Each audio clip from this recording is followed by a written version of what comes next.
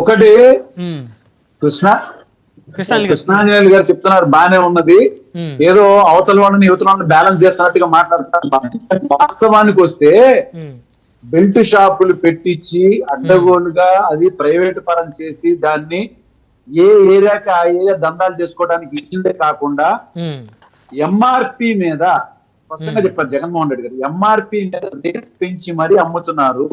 అది ఎంతవరకు ప్రజల మీద భారం పడుతున్న విషయాన్ని కూడా చూసుకోవాలి. ఇంకొకటి, మా హయాంలో ఎక్కడా కూడా ఇట్లాంటివి జరగలేదు. ఇలా పేరుకి ఒక షాప్ ఇచ్చి దాని చుట్టూ బెల్ట్ షాపులు 10 ఇచ్చి ఇవన్నీ చేయటం అనేది ఒక ఎత్తు. మరి అలానే కరెంటు విషయంలో ఎంతో స్పష్టంగా మొదటి నుంచి కూడా చెప్పుకుంటూ ప్రశ్నించలేకపోతున్నారు. ప్రతి ఒక్క పాయింట్ పవర్ కి మీకు చెప్తున్నారు. అధిక భారం వచ్చేసి దాదాపు నేను ఇందాక చెప్పాను మీకు, దాదాపు 385 కోట్ల రూపాయలు పడుతుంది. అది ఎంత బడ్జెట్ పరంగా మనకి చాలా ఇబ్బంది అవుతుంది.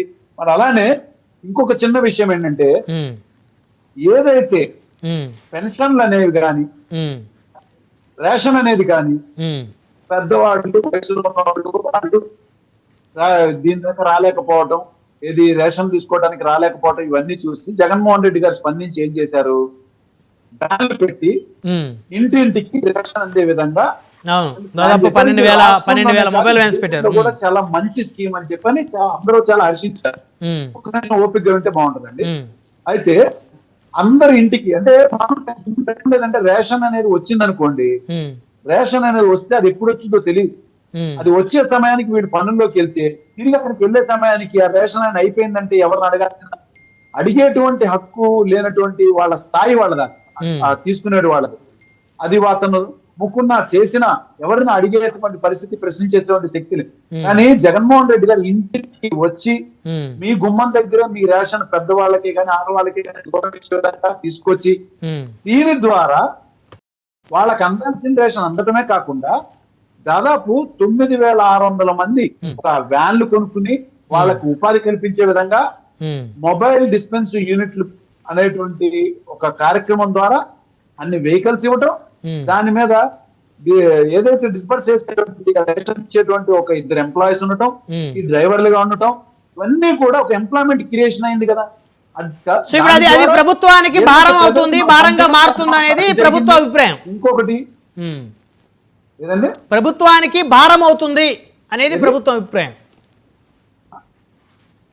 కరెక్ట్. మనం దేనికోసం అండి తీసుకునేది, ఏదైనా నిర్ణయం దేని తీసుకున్నాం ప్రజలకి అనుకూలంగా ఉండాలి. వాళ్ళకి ఏదైనా మనం స్కీమ్ అనేది పెడితే, సంక్షేమం అనేది పెడితే అది పూర్తిగా వాళ్ళ దాకా అందాలి. అంతేగాని మధ్యలో దళారుల చేతికి వెళ్ళకూడదు. ఇవన్నీ విషయాలు అదే విధంగా పెన్షన్లే కానీ ఇంకేదన్నా సమస్యల విషయంలో కానీ వాలంటీర్ వ్యవస్థను పెట్టి ఒక్కటేసారిగా దాదాపు 2 లక్షల మందికి ఉద్యోగాలు కల్పిస్తారు. ఎందుకంటే రాష్ట్రంలో నేను ఇప్పుడు మొన్న ప్రచారంలో ఇప్పుడు ఇందాక చెప్తున్నారు, మీరు రోడ్ల మీద పడి తిరగలేదా, అడుక్కోలేదని. మరి మేము ఆగిపోయినా మొన్న 4 తిరిగారు రోడ్ల మీద పడి. ఎవరో ఒక పక్క చంద్రబాబు నాయుడు తిరిగారు, ఒక పక్క ఆవిడ చంద్రబాబు నాయుడు గారి భార్య ఆవిడ తిరిగారు, మరో పక్క లోకేష్ గారు పడి తిరిగారు, ఒక పక్క పవన్ కళ్యాణ్ పడి తిరిగారు. తిరిగి అడుక్కున్నారు. ఒకళ్ళ బదులు 4 అడుక్కున్నారు, కాళ్ళు పట్టుకున్నారు. అయ్యా బాబు 2 చోట్ల ఓడిపోయాను, నన్ను గెలిపించండి, నన్ను గెలిపించండి. అయ్యా బాబు కరెంట్ పెన్షన్ అయ్యా, అయ్యా మీ కాళ్ళు పట్టుకుంటానయ్యా, అయ్యా మీకు దర్శనం పెడతానయ్యా, అయ్యా ముసలన్న అయ్యా, ఆఖరి అవకాశం అయ్యా, అయ్యా నా తర్వాత నాకు కొడుకున్నా సీఎం చూసుకోవాలయ్యా అని ఇన్ని అడుక్కున్నారు. ఒకళ్ళ బదులు 4 అడుక్కుని మళ్ళా అనుభవం ఉన్నటువంటి దాన్ని పక్కన పెట్టి మరి సరే ప్రజలకి ఈయన చెప్పిన మాయమాటల్లో జగన్మోహన్ రెడ్డి ఇచ్చిన ఇంకా విషయాలు ఇంకా 6 సూపర్ 6 అని చెప్పని ఒక 4 గ్యారంటీలు పెట్టి మభ్య పెట్టి మరి అడుక్కుని చివరాఖరికి అధికారంలోకి రావడం జరిగింది. ఒకళ్ళ బదులు 4 అడుక్కున్నారు రోడ్ల మీద పడి. నమ్మారు, అధికారం ఇచ్చారు.